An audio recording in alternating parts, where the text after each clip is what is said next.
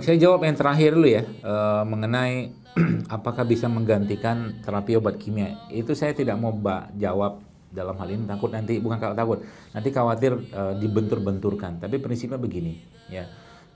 Salah satu guideline ya, bahkan dalam terapi seperti kolesterol saja atau mungkin darah tinggi, kalau Anda baca guideline ya, panduan tentang penata laksanaan terapi darah tinggi atau mungkin kolesterol, itu ada namanya lifestyle change, ya, perubahan pola hidup. Nah, perubahan pola hidup sebenarnya sudah dibuat di sana, cuman nggak dikerjakan, ya.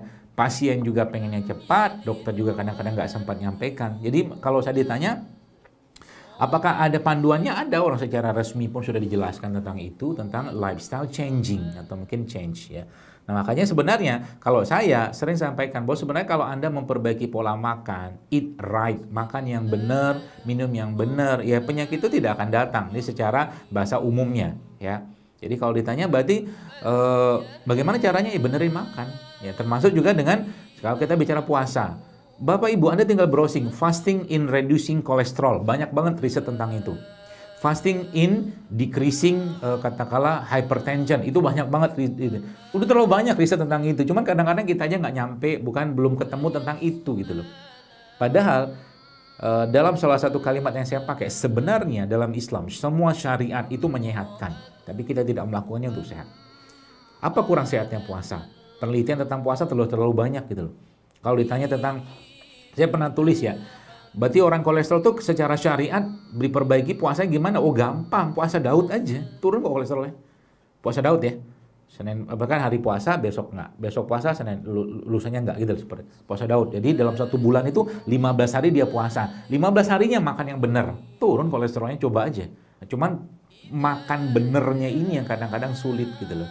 Artinya butuh katakanlah kedisiplinan, ya, butuh katakanlah apa tuh namanya, ya komitmen lah, ya, konsistensi dalam melakukan itu. Tapi sebenarnya itu sudah ada sebenarnya panduannya semua. Cuma di zaman sekarang orang semua serba dibikin instan, ya. Termasuk juga kalau kita bicara tentang salah satu terapi yang dianjurkan Rasulullah SAW adalah berbekam atau hijamah. Penelitiannya ada. Kalau sekarang kita menggunakan dalil penelitian banyak banget, tapi kalau saya, mari kita ambil dalil syar'inya dulu lah gitu loh. Bagaimana Nabi mengatakan tentang pengobatan. Kata Nabi apa? Syifa fi salasatin, syarbatil asal wa syarh tahtil jam. Kesembuhan itu ada 3, minum madu, berobat dengan bekam, dan kay. Atau di hadis yang lain Nabi menyebutkan inna afdolama tadawaitum bihi al-hijama, bahwa sesungguhnya pengobatan yang paling utama itu adalah berbekam. Ya, subhanallah ya.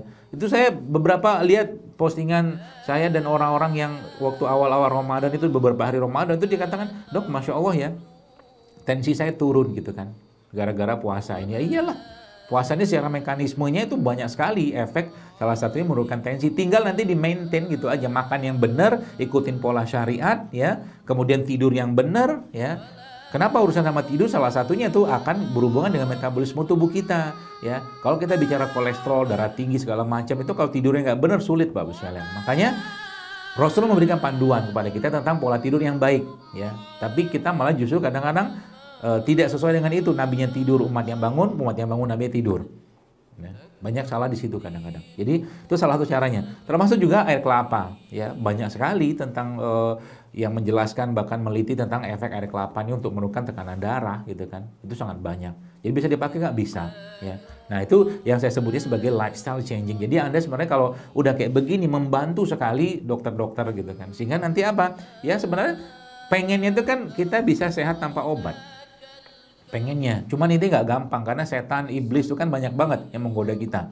Baru saja mau 1 hari, 2 hari kita mulai hidup sehat, tiba-tiba hari keempat sudah digoda lagi. Makanya butuh komitmen dan butuh orang yang berada pada satu atmosfer yang sama secara pemahaman kesehatan. Apalagi pada suatu sekolah gitu kan. Sebenarnya kalau ini dipakai pola-pola ini, Bapak sekalian, itu dalam satu sekolah itu ya memungkinkan sekali untuk kita mengubah kebiasaan ini. Seperti tadi saya cerita tentang teman-teman yang berbuka tadi, ketika nggak disiapkan puasa atau buka puasa yang tepung, minyak segala macam, ternyata tuh bisa aja tuh dan mereka lupa dengan itu gitu. Jadi ini is about habit saja lah gitu kan. Ini cuma sekedar kebiasaan saja ya. Jadi misalkan contoh begini, alpukat tuh sehat-sehat, bagus buat jantung. Tapi alpukatnya ketika di jus, di blender katakanlah dengan gula pasir segala macam, kental manis apa segala macam, dia jadi nggak sehat lagi gitu lah. Jadi alpukat itu bagus buat jantung. Bawang putih katakanlah gitu kan. Bawang putih sehat-sehat, tapi kalau bawang putihnya katakanlah dicampur ke dalam masakan yang berlimpah santan di situ, ya justru malah bikin masalah nanti, mulai dari garamnya.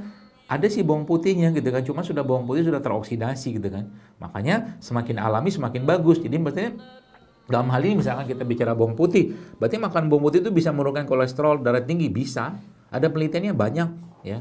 Seperti itu ya, makanya sebenarnya apa-apa yang Allah ciptakan itu semuanya bisa kita pakai untuk menunjang kesehatan kita, karena tidak mungkin Allah menciptakan kita di bumi dengan tidak ada perangkat-perangkat untuk kita menjaga kesehatan diri kita gitu loh.